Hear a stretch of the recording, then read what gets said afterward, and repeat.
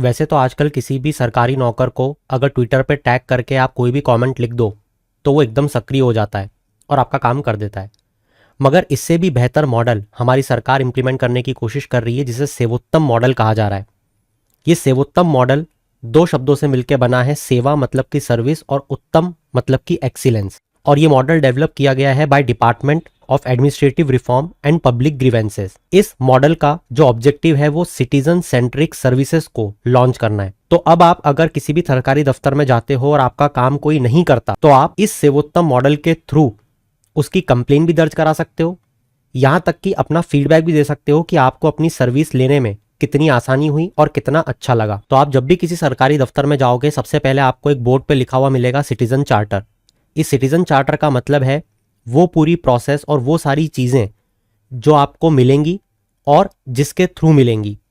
तो इस citizen charter में 3 अहम मुद्दे हैं। पहला है इम्प्लीमेंटेशन, दूसरा है मॉनिटरिंग और तीसरा है रिव्यू।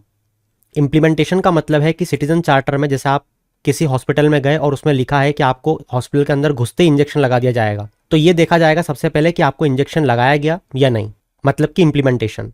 फिर देखा जाएगा उसकी मॉनिटरिंग कि कितने टाइम में लगाया गया, किस क्वालिटी का लगाया गया। फिर होगा उसका रिव्यू, मतलब आपसे पूछा जाएगा कि क्यों गेट पे लग गया था ना इंजेक्शन। और उसके बाद भी अगर मान लो आपको कोई ग्रीवेंस है तो आप ग्रीवेंस रिड्रेसल करवा सकते हो, मतलब कि अपनी कंप्लेन को दर्ज करवा के टाइम बाउंड मैनर में आपकी पूरी सुनवाई की जाएगी। और आखिरी कंपोनेंट है इसमें क्वालिटी स्टैंडर्ड, जहां पे कस्टमर्स, एम्प्लॉय और इंफ्रास्ट्रक्चर की कैपेसिटी को बढ़ाया जाएगा। वरना सोच के देखो कि आप हॉस्पिटल में घुसे और किसी के पास इंजेक्शन ही नहीं है और आपने कंप्लेन कर दी कि मुझे इंजेक्शन नहीं लगाया, तो न लगाने वाले की गलती है बल्कि उस बेचारे के पास तो इंफ्रास्ट्रक्चर ही नहीं था। तो ओवरऑल अगर देखें तो सेवोत्तम मॉडल में 7 टारगेट्स हैं। पहला टाइम को लेके कि टाइम बाउंड मैनर में हर चीज़ होनी चाहिए। दूसरा इफेक्टिवनेस को लेके कि जो चीज़ जिस तरीके से जितनी इफिशिएंसी से बोली गई है वैसी होना चाहिए।